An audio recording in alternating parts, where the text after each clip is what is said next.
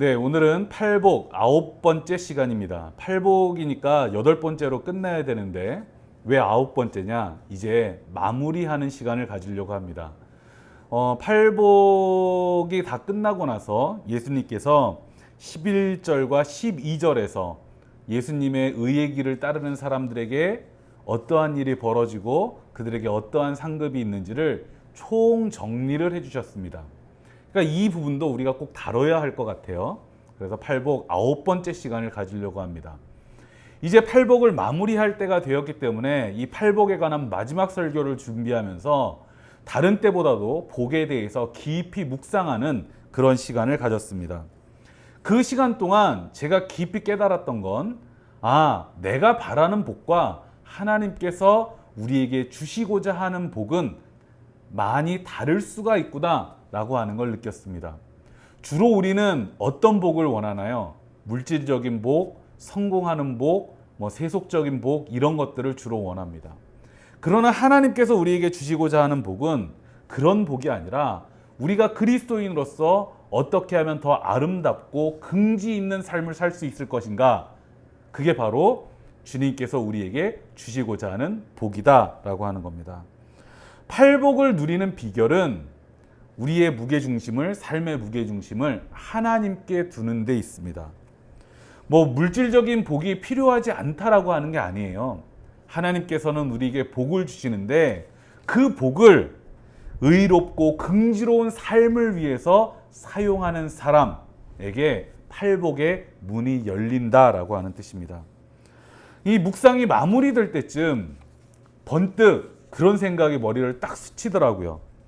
혹여 우리 교인 중에 로또 1등에 당첨되는 교인이 나오면 어떡할까? 과연 그 사람에게는 로또 1등이라고 하는 게 복이 될까? 아니면 시험이 될까? 저런 목사가 저런 걱정을 하냐라고 생각할지 모르지만 이 물음 속에는 우리가 깨달아야 할 중요한 통찰이 담겨져 있습니다. 그래서 제가 로또 당첨자에 대해서 인터넷에서 검색을 해봤습니다. 그랬더니 잡스N이라고 하는 그 인터넷 매체에 실린 기사가 눈에 딱 띄더라고요. 제목이 뭐였냐면 16년 전 세금 빼고 186억 손해진 로또 1등 당첨자의 근황이었습니다. 어마어마하죠. 세금을 빼고도 186억이 당첨이 됐다고 하니까. 그런데 이 기사는 이렇게 시작이 됩니다. 6월 17일 상습절도 등 혐의로 불구속 입건된 황모 씨 40세. 그는 2006년 1등 당첨자였다. 당시 황 씨는 강도상해 혐의로 수배 중이었다. 수배 중 우연히 산 복권이 1등에 뽑힌 것이다. 그는 19억 원을 받았다. 황 씨는 그중 1억 원으로 변호사를 선임했다. 그 결과 벌금만 내고 정상적인 삶을 다시 살 수 있었다. 새로운 인생을 살 것 같았던 황 씨는 나머지 돈을 1년 만에 모두 탕진했다. 돈을 더 불리고 싶은 마음에 도박을 시작한 것이 문제였다. 이후 상습적으로 물건을 훔치다 붙잡혔다.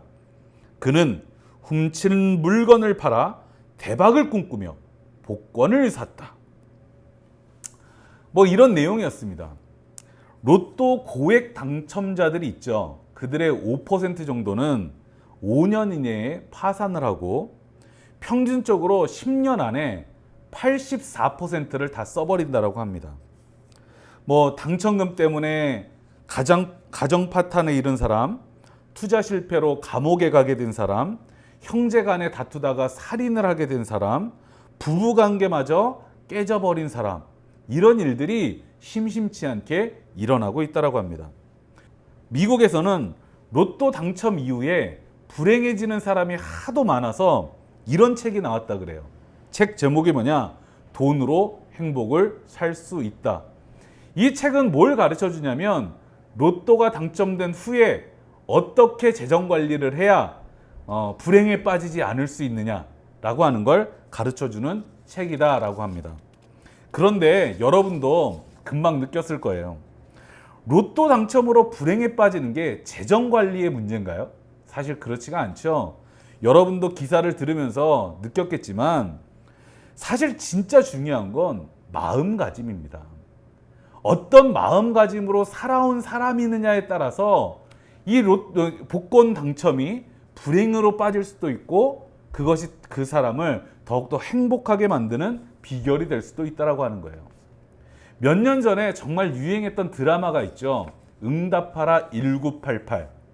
그 드라마 속에는 정봉이라고 하는 가정이 나옵니다. 그 가정은 원래 찢어지게 가난했는데 이 정봉이가 샀던 주택복권이 1등에 당첨되면서 한꺼번에 살림이 쫙 펴게 된 그런 가정입니다. 그런데 이 정봉이네가 정말 복권 당첨자의 귀감을 우리에게 보여주고 있죠. 복권이 당첨된 후에도 이걸 가지고 자기 혼자 잘 먹고 잘 살 고민을 한 게 아니라 어떻게 하면 이웃들과 함께 더불어서 나누면서 우애 있게 살아갈 수 있을까? 이런 삶을 실천하게 됩니다.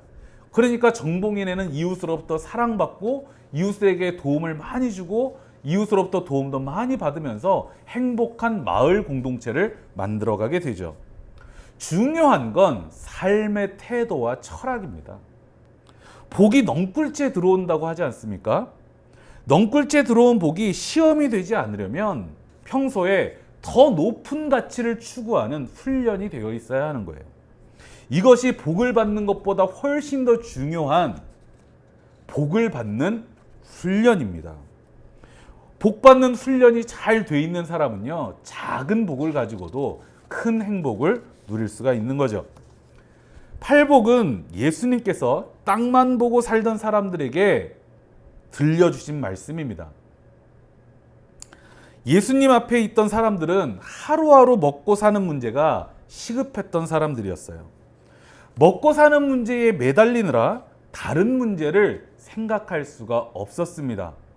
이 일이 내가 먹고 사는 일에 도움이 되느냐 아니냐가 중요한 것이지 이 일이 옳은 일이냐 그른 일이냐는 생각할 여유가 없었다라고 하는 겁니다. 이것을 뭐라고 이야기하죠? 먹고 사니즘이라고 이야기해요. 모든 일에 먹고 사는 것만 관심이 있을 뿐이지 옳고 그름도 그보다 더 나은 가치가 있다는 것도 모르고 살아가는 것. 예수님은 그들의 삶이 나아지지 않는 이유가 땅만 보고 살기 때문이라는 걸 알고 계셨습니다. 어려운 사람들끼리 서로 보살피고 힘을 모아서 더 나은 세상을 꿈꾸는 것이 아니라 눈앞에 작은 이익에 매몰돼서 눈이 멀어서 서로의 발목을 잡고 있는 거죠. 역사 공부를 하다가 제일 화가 나는 순간이 친일파들의 변명을 들을 때입니다.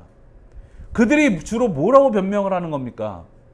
내 가족에게 좋은 옷을 입혀주고 좋은 곳을 먹여주고 좋은 교육을 시켜주기 위해서는 친일밖에는 길이 없었다라고 이야기를 하는 거예요.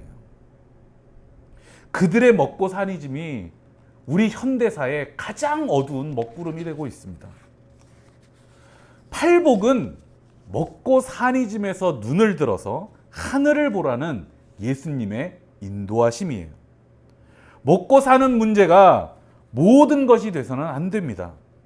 먹고 사는 문제에서 물러나서 자기를 돌아볼 수 있는 삶의 빈칸이 있어야 되는 거예요. TV도 끄고 컴퓨터도 끄고 스마트폰도 끄고 뉴스도 음악도 없이 백색 소음만이 잔잔히 지나가는 고요한 시간. 내 안에서 들려오는 하나님의 세미한 음성을 내 안에서 들려오는 하나님의 세미한 음성에 귀 기울일 수 있는 바로 그 기도의 시간 말입니다. 그 빈칸을 통해서 성령님이 우리에게 찾아오시는 거예요. 성령님은 고요한 시간을 삶을 적시는 은혜의 샘으로 바꿔주십니다. 내 삶에 가장 필요한 시간은 빈칸을 만드는 기도의 시간이에요. 그때야 성령께서 우리의 손을 잡고 사랑스럽고 지혜롭고 아름다운 삶을 꾸려가시는 겁니다. 그런 우화가 있죠. 지옥에서는 사람들이 긴 숟가락을 가지고 자기 입에만 넣으려고 하다가 쫄쫄 굶고, 천국에서는 그 긴 숟가락을 가지고 서로의 입에 떠먹여준다. 되게 유명한 우화죠. 삶이 천국이 되는 비결을 이보다 지혜롭게 설명하는 이야기는 없습니다. 서로 돕고 사랑하는 게 복이에요. 하나님은 그들을 더욱 복되게 해주십니다. 팔복 마지막에 붙어 있는 11절과 12절의 말씀, 우리가 읽어봤죠? 다시 한번 읽어볼까요? 너희가 나 때문에 모욕을 당하고 박해를 받고 터무니없는 말로 온갖 비난을 받으면 복이 있다. 너희는 기뻐하고 즐거워하여라. 하늘에서 받을 너희의 상이 크기 때문이다. 너희보다 먼저 온 예언자들도 이와 같이 박해를 받았다. 그런데 저는 이 말씀을 읽을 때마다 위로가 되는 부분이 있어요. 뭔지 아세요? 우리의 선조들이, 우리의 선배들이 의의 길을 가기 위해서, 예수를 따르기 위해서 많은 박해를 받은 덕에 우리는 예수를 따라가면서도 박해받지 않고 살 수가 있다는 거예요. 이게 얼마나 우리에게 큰 복입니까? 우리는 우리의 평온한 삶을 포기하지 않고도, 우리의 풍요로운 삶을 포기하지 않고도 주님의 의와 사랑을 따라갈 수가 있는 거예요.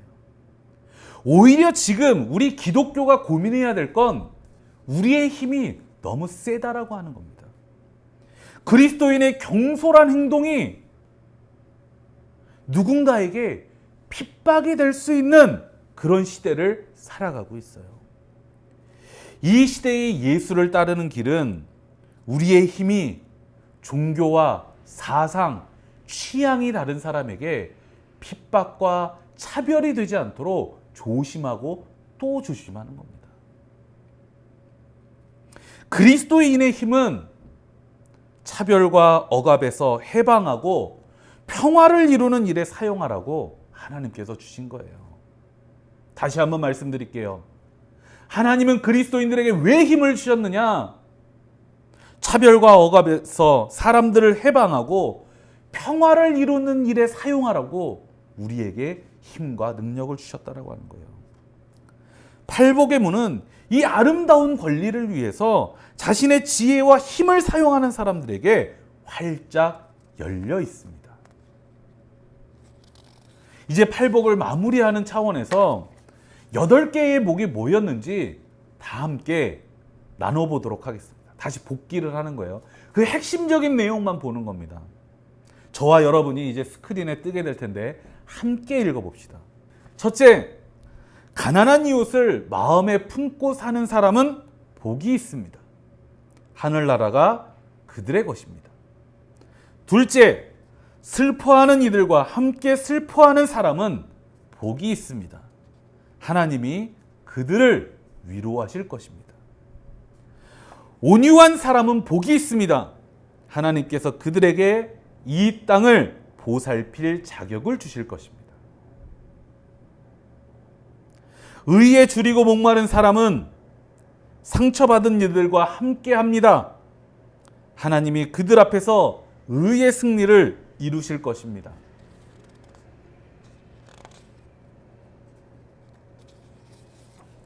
나와 처지가 다른 사람을 자비롭게 대하는 사람은 복이 있습니다. 하나님이 그들을 자비롭게 대하실 것입니다.